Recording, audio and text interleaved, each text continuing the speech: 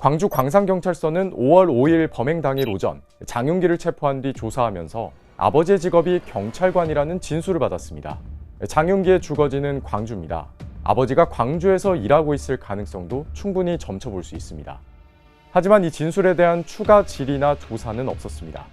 수사 경험도 있는 것으로 알려진 장경감은 그렇게 초동 수사 단계에서 별다른 확인 대상이 되지 않았습니다. 그리고 장윤기의 진짜 범행 의도를 입증할 두 개의 리얼돌 실물은 장경감에 의해 세상에서 사라졌습니다.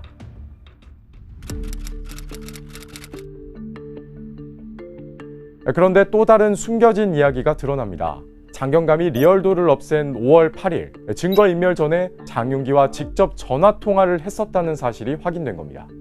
장윤기는 하루 전인 5월 7일부터 구속 상태였습니다. 당연히 외부인과 직접 전화할 수 있는 자유는 없습니다.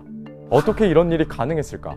두 사람 사이를 전화로 연결해 준 게 광산경찰서 경찰관이었던 겁니다.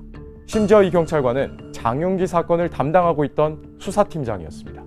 장경감은 이 통화에서 장윤기에게 범행 직후 휴대전화를 강해버린 것이 맞느냐고 물었고 장윤기는 그렇다고 답했습니다. 광주경찰청은 장윤기가 수사에 적극적으로 협조하지 않아서 아버지를 통해 설득하려던 것이었다고 해명했는데 이후 장경감은 장윤기의 집으로 찾아가 리얼돌 2개를 해체해 폐기해버립니다. 통화 직후 벌어진 일입니다.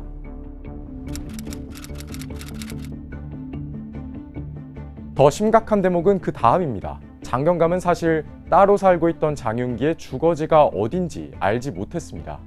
그렇다면 어떻게 이곳을 찾아가 핵심 증거를 인멸했을까요? 누군가 장경감에게 장윤기의 자취방 주소 그리고 도어락 비밀번호까지 알려줬던 겁니다. 같은 날 장윤기와 장경감의 전화통화를 연결했던 바로 그 사람, 장윤기 사건 수사팀장이었습니다.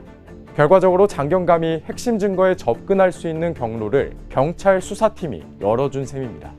사건을 담당하고 있던 핵심 수사관과 장경감이 여러 차례 통화한 사실도 파악됐습니다.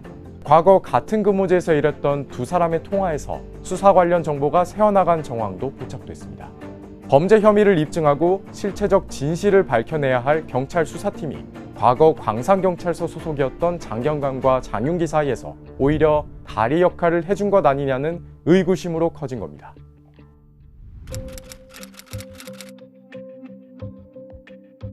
여전히 의문점은 남습니다.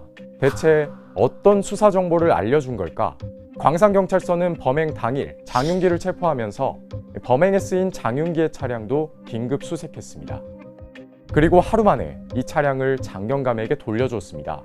차량은 범행과 직접적 관련성이 없다는 게 이유였습니다. 이랬던 수사팀은 이후 장경감과의 통화에서 돌려준 차량이 어디 있는지 다시 찾으면서 블랙박스를 확인하려고 한다는 취지를 설명해줬습니다. 핵심 증거를 없애버린 당사자에게 말입니다.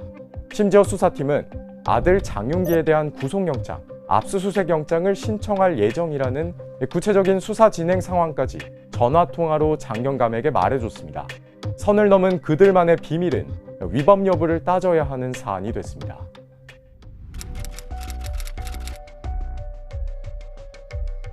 경찰의 석연치 않은 증거 관리 문제도 더해졌습니다.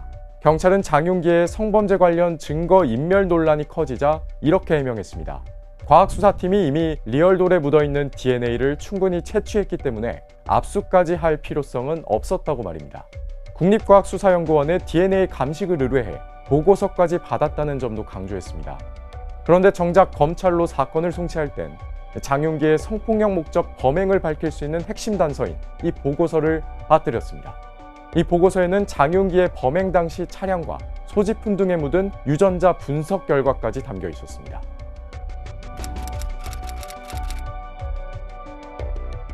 결국 SBS의 첫 보도 하루 만에 경찰청이 직접 감찰에 나섰습니다. 수사 당시 윗선 보고 이력과 증거물 보전 조치의 적절성, 수사 내용의 사전 유출 의혹, 여기에 장윤기 아버지 장경감의 증거인멸 의혹까지 사실관계 전반을 따져보겠다는 겁니다. 광주경찰청은 감찰 조사를 겸허히 수용한다, 원칙대로 성실하게 응하겠다는 공식 입장을 내놨습니다. 그럼에도 경찰이 가진 불편한 기류는 여전합니다. 경찰 내부에선 아버지가 경찰이라는 이유로 아들 범죄 수사를 소홀히 하는 시대는 지났다는 반응이 나오는가 하면 수사 과정에서 어떠한 비위도 없었다는 해명도 그대로입니다. 논란이 커진 뒤 일부 지역 언론은 장경감의 증거인멸 행위를 아버지가 아들의 방을 정리한 것 정도로 해석했습니다. 상식을 벗어난 행동으로 보이지 않는다는 특정인의 시각을 보도에 그대로 인용했습니다. 하지만 문제의 리얼돌은 단순한 생활용품이 아니라 장윤기의 성폭력 목적 범행 여부, 그리고 형량까지 크게 좌우할 수 있는 핵심 단서였습니다. 경찰에게 리얼돌을 증거 보존하라고 요청하지 않은 검찰도 문제라는 취지의 기사도 나왔습니다. 정작 경찰은 범행 다음 날 구속영장 신청 당시 리얼돌 관련 내용을 수사 기록에 첨부하지 않았고, 검찰이 리얼돌의 존재를 파악할 수 있었던 시점은 장경감의 폐기 이후였던 것으로 드러났습니다. 책임의 방향을 검찰로 돌리기 전에 경찰이 수사 기록에 무엇을 남겼고 무엇을 빠뜨렸는지부터 정확히 따져봐야 합니다. 지금까지의 이번 사건 흐름은 어찌 보면 단순합니다. 경찰 수사만으로는 장윤기에게 법정형 하한선이 징역 5년인 일반 살인 혐의가 적용됐을 겁니다. 초동 수사에서 경찰은 장윤기가 신체 주요 부위를 훼손한 리얼돌을 놓쳤습니다. 장윤기가 과거에 쓰던 휴대전화도, 장윤기의 음성 녹음이 담긴 차량 블랙박스 SD카드도 놓쳤습니다. 자칫 묻힐 뻔했던 증거물과 혐의점은 검찰 보안 수사 단계에서 잡혔습니다. 그 결과 장윤기는 최소 무기징역이 선고되는 성폭행 살인 혐의로 기소됐습니다. 경찰에 부여된 강제 수사 권한은 그만큼 엄격한 책임을 전제로 합니다. 이번 사건에서 드러난 증거관리의 빈틈, 수사정보 전달 정황, 장경감의 증거인멸 의혹은 모두 장윤기의 성폭력 목적 범행 여부 입증과 맞닿아 있습니다. 장경감이 검찰 조사에서 아들의 범행이 성적인 부분으로 연관된다는 게 우려됐다고 진술한 대목 역시 이 연결고리를 더 무겁게 만듭니다. 사실상 임계점은 넘었습니다.